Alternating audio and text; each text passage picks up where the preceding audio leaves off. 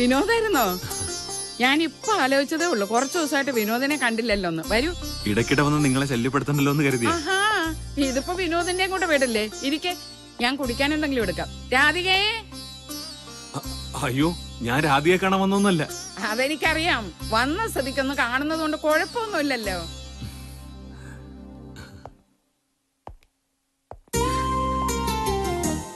ആ, അറിഞ്ഞിട്ടാണോ അറിയാതെയാണോ എന്നറിയില്ല, ചേട്ടന്റെ ക്ലിനിക്കിൽ കയറിയപ്പോ മൂപ്പര് ചോദിക്കുകയാണ്, മനസ്സിന് വല്ല പിരിമുറുക്കമുണ്ടോന്ന്.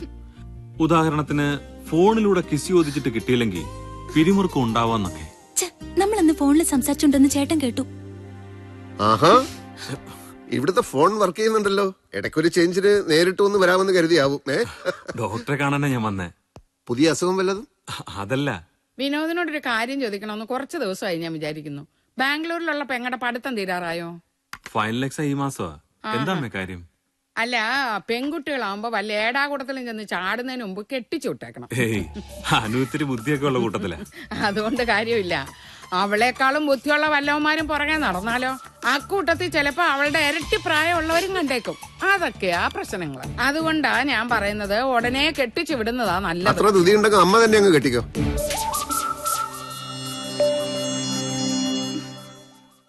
എന്തായാലും എക്സാം കഴിയട്ടെ. കറണ്ട് ഭാർഗവൻ ക്ലിനിക്ക് വന്നെന്തിനാ? കരണ്ട് ഭാർഗവനോ? ഓ, കരണ്ട് ഭാർഗവൻ. അതെ അതെ, വന്നു. എവിടെയോ പോകുന്ന വഴിക്ക് അവിടെ കയറിയതാ. നിങ്ങൾ തമ്മിൽ മുൻപരിചയമുണ്ടോ? ഇല്ല. ഈ കാലിഫോർണിയ യൂണിവേഴ്സിറ്റി എന്നെ ടാലന്റ് ഓഫ് ദി ഇയർ ആയി തെരഞ്ഞെടുത്ത് പറഞ്ഞിട്ട് അഭിനന്ദിക്കാൻ വന്നതാ. അഭിനന്ദിക്കാനോ? ഭാർഗവനോ? അവനേതോ വലിയൊരു കള്ളനല്ലേ? മാഫിയ തലവനാ. കഞ്ചാവ് കൃഷിയാ പണി. ഞങ്ങളുടെ ഡിപ്പാർട്ട്മെന്റിന്റെ മുഖ്യ ശത്രുക്കളിൽ ഒരുത്തൻ. അന്ന് ഡോക്ടറുടെ ക്ലിനിക്ക് വന്നില്ലേ സോഫിയ അമ്മയും? സോഫിയുടെ അച്ഛനെ ഭാർഗവൻ തട്ടിക്കൊണ്ടുപോയതാണോന്ന് പോലീസിന് സംശയമുണ്ട്. അഭിനന്ദിക്കാൻ ഭാർഗവൻ വന്നു എന്ന് പറഞ്ഞാ വിശ്വസിക്കാൻ കുറച്ച് പ്രയാസമുണ്ട്. അല്ലാതെ പിന്നെ അവന്റെ കഞ്ചാവ് തോട്ടത്തിൽ പണിയെടുക്കാൻ വേണ്ടി എന്നെ ക്ഷണിക്കാമെന്നാണോ? എന്തോ, അവനുമായി ബന്ധപ്പെടുന്ന എല്ലാരും പോലീസിന്റെ നോട്ടപ്പുള്ളികളായിരിക്കും. അതുകൊണ്ട് പറഞ്ഞതേ ഉള്ളൂ. ഏയ്,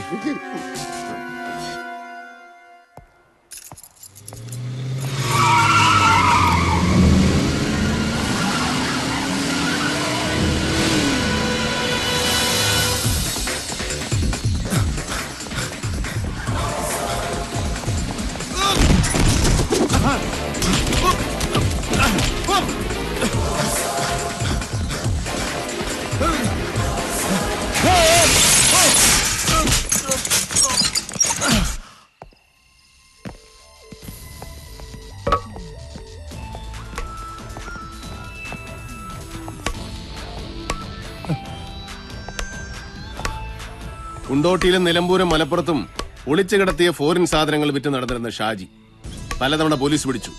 പാപ്പരായി. ജോലിയില്ലാതെ ഇരന്നു നടന്നു. തിരുനെല്ലി കാട്ടിലേക്ക് പോകുന്ന വഴി പുലാമന്തോളിൽ നാരങ്ങ വെള്ളം കുടിക്കാൻ വണ്ടി നിർത്തിയപ്പോ വിശന്നിട്ട് വയ്യ, ഊണ് കഴിക്കാൻ 2 രൂപ തരുമോന്ന് ചോദിച്ചു. വിളിച്ചുകൊണ്ടുപോയി വയറു നിറച്ച അപ്പവും മുട്ടറോസും വാങ്ങിത്തന്നു. കൂടെ കൂടുന്നോന്ന് ചോദിച്ചു. കൂടെ വന്നു. ഇന്നിപ്പോ കാറ്, വീട്. ഷാജി എന്ന എരപ്പാളി ഇപ്പൊ മലപ്പുറം ഷാജിയായി. ഓർമ്മയുണ്ടോടാ ചെറ്റേ ഇതൊക്കെ? എല്ലാം ഓർമ്മയുണ്ട് അണ്ണ. ഞാൻ ഒരു തെറ്റും ചെയ്തിട്ടില്ല അണ്ണ. ചെയ്തിട്ടില്ലല്ലേ?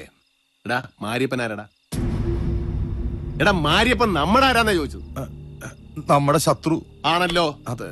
എന്നെ കൊല്ലാൻ നടക്കുന്നവൻ, കാട്ടിലെ നമ്മുടെ പ്രധാന പ്രതിയോഗി. അവനുമായിട്ട് ലോകം കൂടാ നീ എന്തിനു പോയി?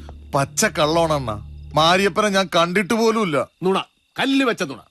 ആദിവാസികൾ തോലനെയും മാധവനെ നിനക്കറിയാവല്ലോ. അവന്മാർ നുണ പറയൂ? ഇല്ല. എന്തായിരുന്നു നിന്റെ ഉദ്ദേശം? മാരിയപ്പനിൽ നിന്ന് പണം വാങ്ങി നമ്മുടെ കഞ്ചാവ് ശേഖരം അവന് കാണിച്ചു കൊടുക്കുക. അല്ലടാ നാറി, നന്ദിയില്ലാത്തവന്.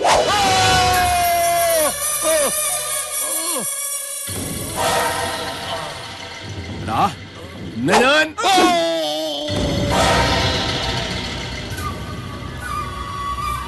അടിച്ചെന്റെ തല പൊളിക്കണ്ട.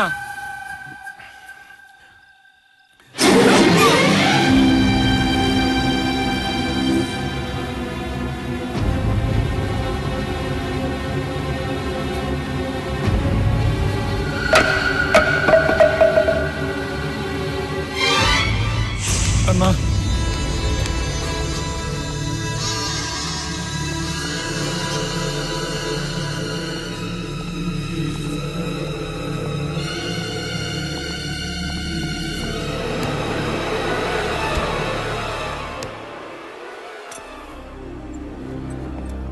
കഴിഞ്ഞു, എല്ലാം കഴിഞ്ഞു. ഞാനിപ്പോ കറന്റ് ഭാർഗവനല്ലടോ, വരണ്ട ഭാർഗവന.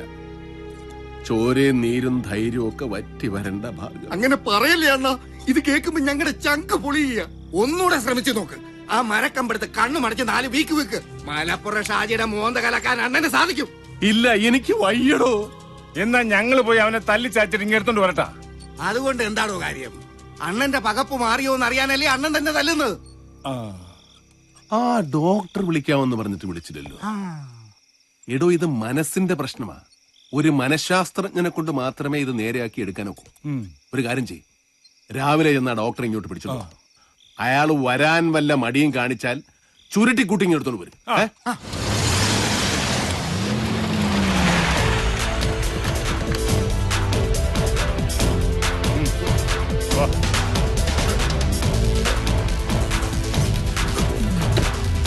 നടക്ക.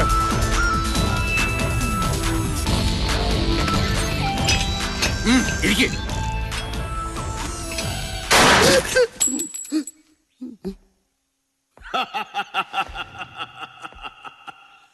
വന്നു അല്ലേ?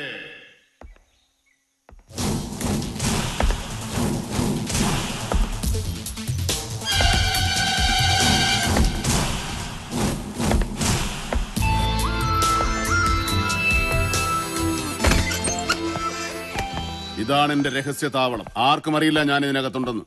എങ്ങനെയുണ്ട് സെറ്റപ്പ്? കൊള്ളാമോ? ഞാനൊരു ഡോക്ടറാണ്. ഞാനൊരു രോഗിയാണ്. രോഗികളുടെ മുമ്പിൽ വെച്ച് 2 പേർ തോക്കുമായി വന്ന് പിടിച്ചു വലിച്ച് കാറിൽ കയറ്റി കൊണ്ടുപോരാന്ന് പറഞ്ഞാൽ ഞാൻ നിങ്ങൾക്ക് എന്ത് ദ്രോഹം ചെയ്തു? എന്തിനിങ്ങനെ കൊല ചെയ്യുന്നു? എത്രയും പെട്ടെന്ന് എന്റെ രോഗം മാറ്റിയില്ലെങ്കിൽ ഞാനും കൊല്ലപ്പെടും. നിങ്ങൾ കൊല്ലപ്പെടുന്നത് നിങ്ങളുടെ പ്രവൃത്തി ദോഷം കൊണ്ടായിരിക്കും. അതിന് ഞാൻ എന്ത് പിഴച്ചു? ഞാൻ പറഞ്ഞ പ്രവൃത്തി ചെയ്യാതിരുന്നാലാവും താൻ കൊല്ലപ്പെടുക. 3 ദിവസത്തിനകം വിളിക്കാമെന്ന് പറഞ്ഞിട്ട് വാക്ക് പാലിച്ചില്ല. തോക്കെടുക്കുമ്പോ എന്റെ കൈ വിറയ്ക്കുന്നത് തന്റെ ഭാഗ്യം. പക്ഷേ ഞാനൊന്ന് മുരടനക്കിയാൽ വെടിയുണ്ടകൾ ചീറിപ്പാഞ്ഞു വരും പല ദിശകളിൽ നിന്നും. താൻ എന്റെ മുമ്പിൽ എരിഞ്ഞമരും. വീട്ടുകാർക്ക് ചിതാഭസ്മം പോലും കിട്ടില്ല. അതെന്ത്? ചിതാഭസ്മം വെള്ളത്തിൽ കലക്കി കുടിക്കുവോ? ഞങ്ങൾ അധോലോകക്കാർ കോമഡി അധികം പ്രോത്സാഹിപ്പിക്കാറില്ല. ആരെങ്കിലും ഒരു കോമഡി പറഞ്ഞാൽ അവന്റെ ഒരു കൈ ഞങ്ങൾ വിട്ടു. 2 കോമഡി പറഞ്ഞാൽ 2 കൈ വിട്ടു. 3 കോമഡി പറഞ്ഞാൽ വെട്ടാനുള്ള 3ാമത്തെ കൈ പുറത്തുനിന്ന് കൊണ്ടുവരുമായിരിക്കും. വരട്ടെ, ഞാൻ പറഞ്ഞിട്ട് മതി. ഇനി എന്റെ രോഗം ഭേദമാക്കാതെ താൻ മറ്റാരെയും ചികിത്സിക്കയില്ല. അതുവരെ ഇവിടുന്ന് പോവുകയില്ല. അയ്യോ, അങ്ങനെ പറയരുത്. ബാംഗ്ലൂർക്ക് പോകാൻ ഇന്നത്തെ ട്രെയിനിന് ടിക്കറ്റ് ബുക്ക് ചെയ്തിരിക്കുക. കോൺഫറൻസ് പോയില്ലെങ്കിൽ വേൾഡ് സൈക്കാട്രിസ്റ്റ് അസോസിയേഷനിലെ എന്റെ രജിസ്ട്രേഷൻ ക്യാൻസൽ ആവും. എന്ന് മടങ്ങി വരും? ഏറിയാൽ ഒരു 3 ദിവസം. അപ്പൊ ട്രെയിൻ വേണ്ട കണ്ണപ്പാ. യെസ് ഇയാൾക്ക് അങ്ങോട്ടും ഇങ്ങോട്ടുമുള്ള ഫ്ലൈറ്റ് ടിക്കറ്റ് എടുത്തു കൊടുക്കും. വേണമെന്നുണ്ടെങ്കിൽ കൈ ചെലവിന് ഒരു 10 ലക്ഷം രൂപയും കൊടുക്കും. Yes boss.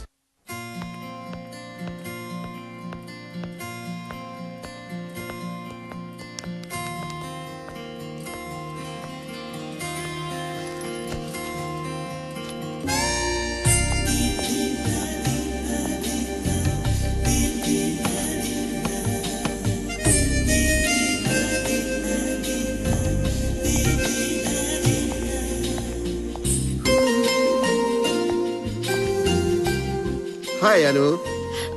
വന്നിട്ട് ഒത്തിരി നേരമായോ? എന്തിനാ എഴുന്നേറ്റുന്നത്? To show respect. എനിക്ക് അത്രയും പ്രായമൊന്നുമില്ല. Come on, sit.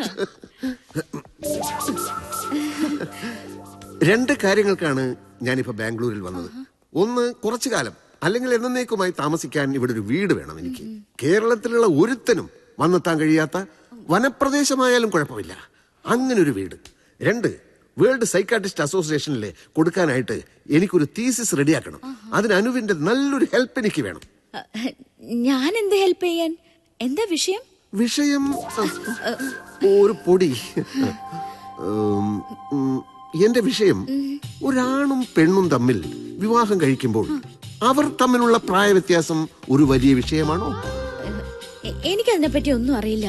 അറിയാനൊന്നുമില്ല, സ്വന്തം അഭിപ്രായം പറഞ്ഞാൽ മതി. അനുവിനെ ഒരു 40 വയസ്സൊക്കെ കഴിഞ്ഞ ഒരാൾ അതിഗാഠമായി പ്രണയിക്കുകയാണ്. അയാൾ മിടുക്കനാണ്, വിദ്യാസമ്പന്നനാണ്, ഒരു പരിധിവരെ സുന്ദരനുമാണ്. അതിഗാഠമാണ് അയാളുടെ പ്രണയമെന്ന് ഓർക്കണം. അനു അയാളെ സ്വീകരിക്കുമോ? എനിക്ക് അങ്ങോട്ടും പ്രണയം തോന്നിയാലല്ലേ? That's a good question. ഒരു വീഴ്ച. എന്റെ അഭിപ്രായം ഞാൻ പറയട്ടെ. വർഷങ്ങൾ കൊണ്ട് നേടിയെടുത്ത അറിവും അനുഭവങ്ങളുമാണ് ഒരു നല്ല ഭർത്താവിന് വേണ്ടത്. കൊച്ചു പെൺകുട്ടിയായ ഭാര്യ അയാളുടെ കയ്യിൽ എന്നും സുരക്ഷിതയായിരിക്കും. ഈ ഇയർ റിംഗ്സ് അസലായിരിക്കുന്നു. എവിടെന്നാ വാങ്ങിയത്? ഡോക്ടർ കംഫർട്ടബിൾ ആയിട്ടിരിക്കും, ഞാൻ ഇവിടെ ഇരിക്കാം. ഇപ്പൊ അനു എന്നെ ഡോക്ടർ എന്ന് വിളിച്ചില്ലേ? ആ വിളിയിൽ എന്തോ ഒരു അകൽച്ച ഫീൽ ചെയ്യുന്നു. പിന്നെ എന്ത് വിളിക്കും? എന്റെ പേര് ശാന്താറാം. ശാന്തേട്ടാ എന്ന് വിളിക്കാം. എന്റെ അമ്മൂമ്മയുടെ പേര് ശാന്ത എന്നായിരുന്നു. അതുകൊണ്ടൊരു ഫീമെയിൽ നെയിമായിട്ട് തോന്നുന്നു. ഡോക്ടർ വേണ്ടെങ്കിൽ അങ്കിൾ എന്ന് വിളിക്കാം. അങ്കിൾ വേണ്ട.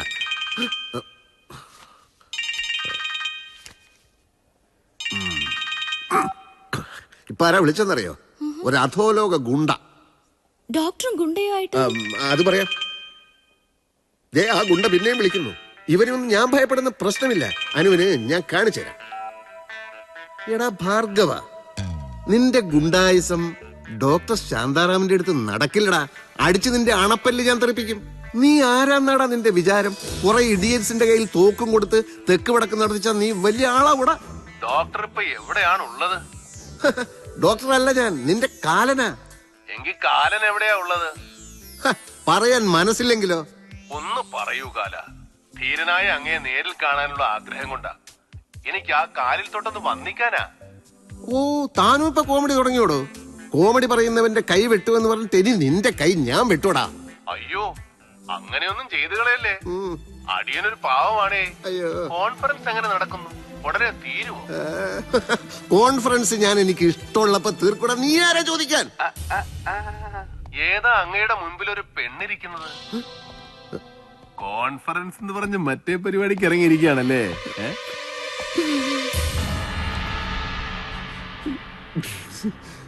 ഭാർഗവൻ സാറ്. സാർ, ഇത് എന്റെ സിസ്റ്ററിനെ കല്യാണം കഴിക്കാൻ പോകുന്ന ചെറുക്കന്റെ സിസ്റ്ററാണ്. അനു, ഇത് ഭാർഗവൻ സാറ്. വലിയ മനുഷ്യനാ. കരണ്ട് ഭാർഗവൻ സാറ് എന്ന് പറഞ്ഞ അറിയാത്ത ആരുമില്ല. അപ്പോ ഞങ്ങൾ പുറപ്പെടുകയാണ് അനു. പറ്റിയാൽ ഫോൺ വിളിക്കാം. ഞങ്ങൾക്ക് അത്യാവശ്യമായിട്ട് ഒരു സ്ഥലം വരെ പോവാനുണ്ട്. എങ്കിൽ പുറപ്പെടാം ഭാർഗവൻ സാറേ. എല്ലാം അങ്ങയുടെ ഇഷ്ടം.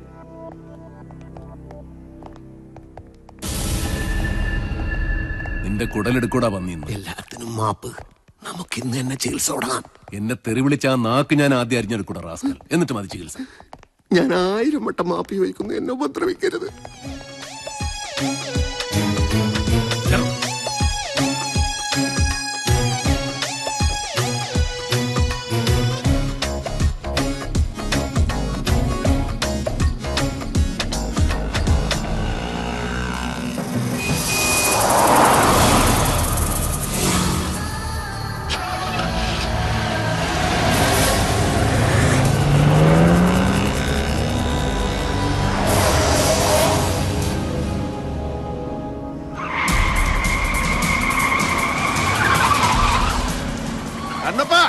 മാരിയപ്പനെ പറയില്ല, വണ്ടി വേഗം വിട്ടേ.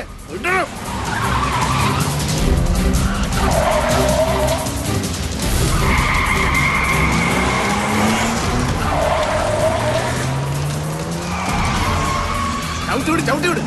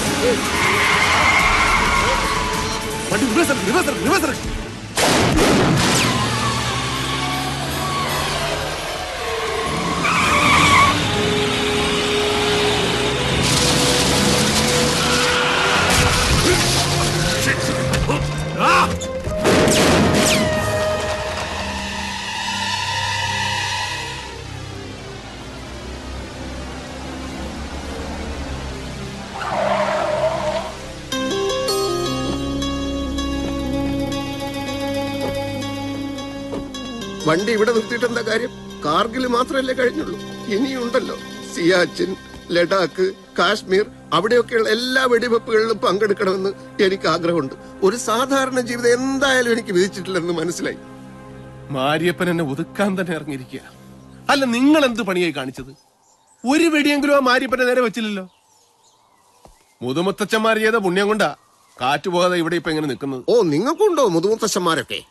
ഞങ്ങൾ പിന്നെ കൂണ് പോലെ ഭൂമിയിൽ നിന്ന് മുളച്ചു വന്നാണോ? തന്നെയുണ്ടല്ലോ എന്റെ അണപ്പല് താൻ അടിച്ചു തെറിപ്പിക്കുമല്ലേ? താൻ ചതിക്കുമെന്നുള്ള സംശയമുള്ളതുകൊണ്ട് തന്നെയാണോ തന്നെ പിന്തുടർന്ന് ഞങ്ങൾ ബാംഗ്ലൂരിൽ വന്നത്. സംഗതിയുടെ ഗൗരവം ഇപ്പൊ മനസ്സിലായല്ലോ. കാട്ടിലുള്ള കുടിപ്പക തീർക്കാൻ മാരിയപ്പനും സംഘവും നാട്ടിൽ ഇറങ്ങിക്കഴിഞ്ഞു. അവനെ നേരിടണമെങ്കിൽ എന്റെ ചികിത്സ ഇപ്പൊ ഈ നിമിഷം തുടങ്ങണം. അവധി പറഞ്ഞ് ഞാൻ രക്ഷപ്പെടാന്ന് വിചാരിക്കണം. മനഃശാസ്ത്രത്തെ പറ്റി ഇയാൾ എന്താ മനസ്സിലാക്കിയത്? കൂടുതൽ സംസാരിക്കണമെന്നാ പറഞ്ഞത്. സംസാരിക്കാതെ എങ്ങനെ ഇയാളുടെ പ്രശ്നങ്ങൾ ഞാൻ മനസ്സിലാക്കുന്നത്? എന്റെ പ്രശ്നങ്ങൾ പലവട്ടം ഞാൻ പറഞ്ഞില്ലടോ. അതല്ല മിസ്റ്റർ, ഇയാളുടെ ഫുൾ ഹിസ്റ്ററി എനിക്കറിയണം. പറയാലോ. കോട്ടയം ജില്ലയിലെ കടുത്തുരുത്തിയിലാണ് ഞാൻ ജനിച്ചത്. എന്റെ തന്ത സ്കൂൾ അധ്യാപകനായ ഒരു നാറിയായിരുന്നു. പുറത്ത് ഖാദറിട്ട് നടക്കുന്ന ഗാന്ധിയനായ ഒരു ആദർശ പുരുഷൻ. വീട്ടിലെത്തിയ ഭാര്യയും മക്കളും തല്ലലാണ് അയാളുടെ ഹോബി. ഇന്ത്യയിലെ 1-ാം നമ്പർ ആദർശ പുരുഷനാകാൻ വേണ്ടിയാണ് എന്നെ അയാൾ തല്ലിയത്. 14-ാമത്തെ വയസ്സിൽ ഞാൻ അയാളെ തിരിച്ചു തല്ലി നാട് വിട്ടു. തന്തയെ തല്ലിയവനായതുകൊണ്ട് പിന്നെ ആരെയും തല്ലവനായി. ഇന്ത്യ മുഴുവൻ കറങ്ങിയിട്ടുണ്ട്. ഖോരഗ്പൂരിൽ വെച്ച് നാട്ടിലുള്ള റസാഖിനെ കണ്ടപ്പോഴാ തന്ത വടിയായ വിവരം അറിഞ്ഞത്. നാട്ടിലെത്തിയപ്പോഴേക്കും തന്തയുടെ വഴിയെ തള്ളിയും പോയി. ഇത്തിരി സ്വത്തുണ്ടായിരുന്ന മുഴുവൻ പെങ്ങളൊരുത്തിയുടെ പേരിലാണ് തന്ത എഴുതി വെച്ചിരുന്നത്. പാതി എനിക്ക് കിട്ടണമെന്നും പറഞ്ഞ് അവിടെ ചെന്ന് വഴക്കുണ്ടാക്കി. ഒടുക്കം അളിയന്റെ കാലിനൊരു വെട്ടുവെട്ടി വടിവാൾ കൊണ്ട്. അങ്ങനെ പിന്നെ നാട് വിട്ടു. എന്തിനധികം പറയുന്നു. കറങ്ങി തിരിഞ്ഞ് എങ്ങനെയോ ഇന്നത്തെ അവസ്ഥയിലെത്തി. ആ അവസ്ഥയൊക്കെ അപ്പൊ ഭീഷണി ഉണ്ടായിരിക്കുന്നത്. ഇയാൾ ഇതുവരെ എത്ര പേരെ കൊന്നിട്ടുണ്ട്? അത് കുറെയൊക്കെ പുളുവടിയല്ലേടോ. എന്ന് വെച്ച് ഏത് നിമിഷവും ഒരുത്തനെ കൊന്നുകൂടുന്നില്ല. എന്നെ ആയിരിക്കും ഉദ്ദേശിക്കുന്നത്. നമ്മൾ തമ്മിലൊരു ധാരണയായ സ്ഥിതിക്ക് ഇനി അത് വേണ്ടി വരുമോ? കൊള്ളക്കാരനാകാനുള്ള പ്രേരണ ഇതൊക്കെയാണ് എന്ന് തീർത്തു പറയാൻ ഒക്കെയല്ല. ഞാൻ വലിയൊരു സിനിമാ പ്രേമിയായിരുന്നു. രജനീകാന്തിന്റെ ഭാഷ കണ്ടപ്പോ എനിക്കും അയാളെ പോലെ ആകണമെന്ന് തോന്നുന്നു. മാനസിക വിഷമം വരുമ്പോഴൊക്കെ പലതവണ ഭാഷയിട്ട് കണ്ടു നോക്കിയിട്ടുണ്ട്. പോയ ഉസിരി തിരിച്ചു വരും. പക്ഷേ ഇപ്പൊ ഈ ധൈര്യം ചോർന്നു പോയി കൈവർ തുടങ്ങിയപ്പോ ഒരു 50 തവണ ഭാഷയിട്ട് നോക്കി. ഒരു മെച്ചവും കിട്ടിയില്ല. എങ്കിൽ പഴയ ഷോലെ ഒന്ന് കണ്ടു നോക്ക്. അതും കണ്ടതാ. സിനിമയൊന്നും ഇനി രക്ഷയില്ല ഡോക്ടറെ. അതുകൊണ്ടല്ലേ ഞാൻ ഡോക്ടറെ സമീപിച്ചത്. ഞാനൊരു സൈക്കോ അനാലിസ്റ്റ് ആണ്. കേസ് പഠിക്കാതെ എനിക്കൊന്നും ചെയ്യാൻ ഒക്കുകയില്ല. പഠിക്കാനും പരീക്ഷ എഴുതാനും സമയമില്ലെന്ന് പറഞ്ഞില്ലടോ. എനിക്ക് കുറച്ചുകൂടെ സമയം വേണം.